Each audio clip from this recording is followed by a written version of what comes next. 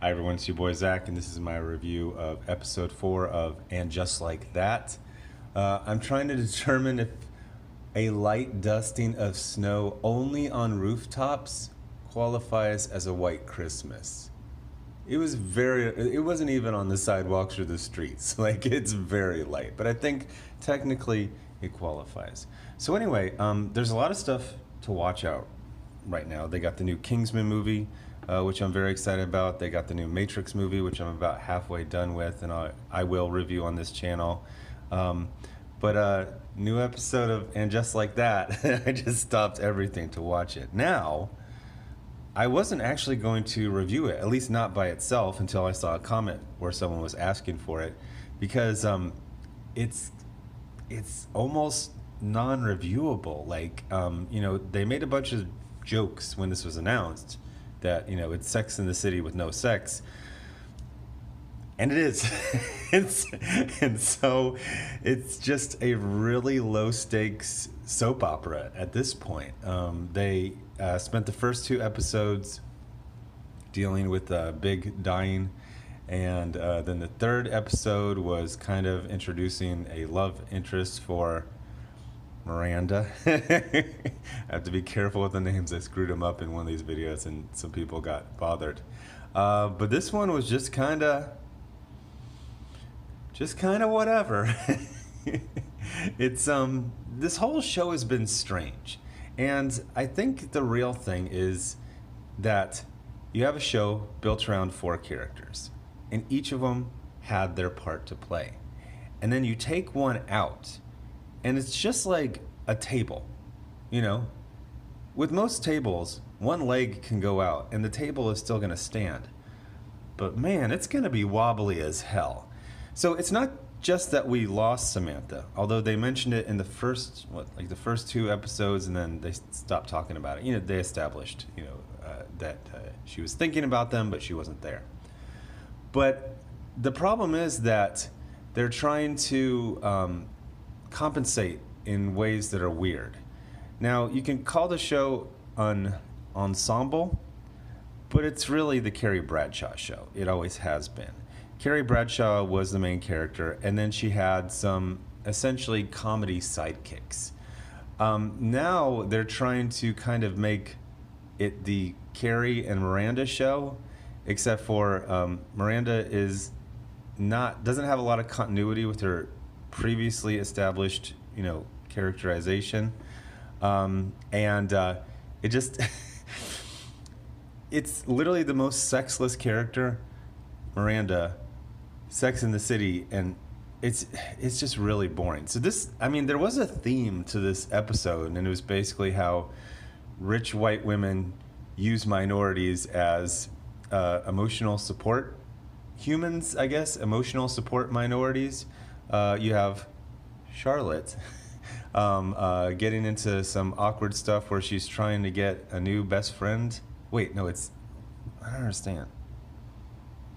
She already has the crew, the sex and I don't.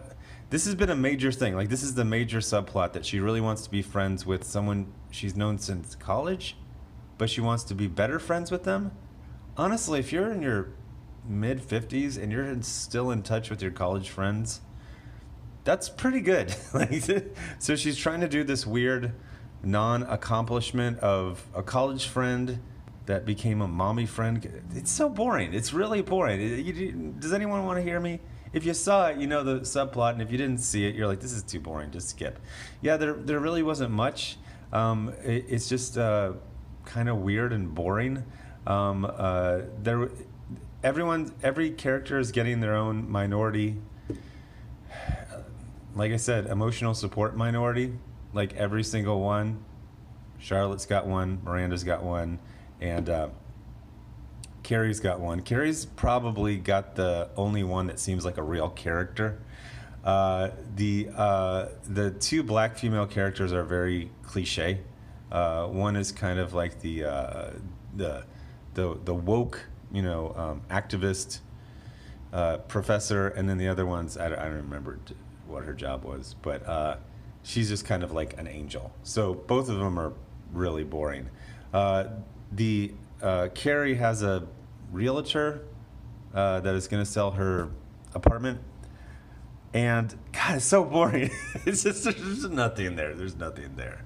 They have a minor tiff and then they make up. But the point was, like, it looks like they're going to become real friends versus a friend you just use to look woke, which is, essentially what Miranda and Charlotte are doing. Yeah.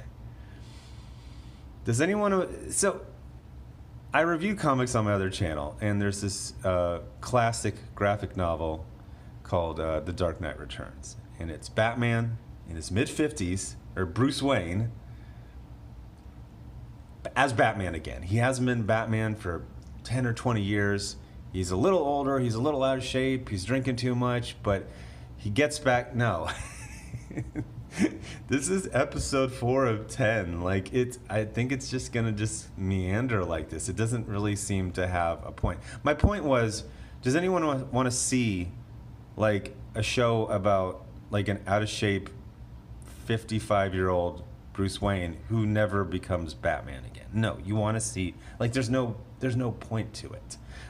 So this one was, I can't even say it's bad. It was just super freaking boring. Oh, and they do acknowledge that Willie Garson passed away, I guess, like, literally after filming episode 3.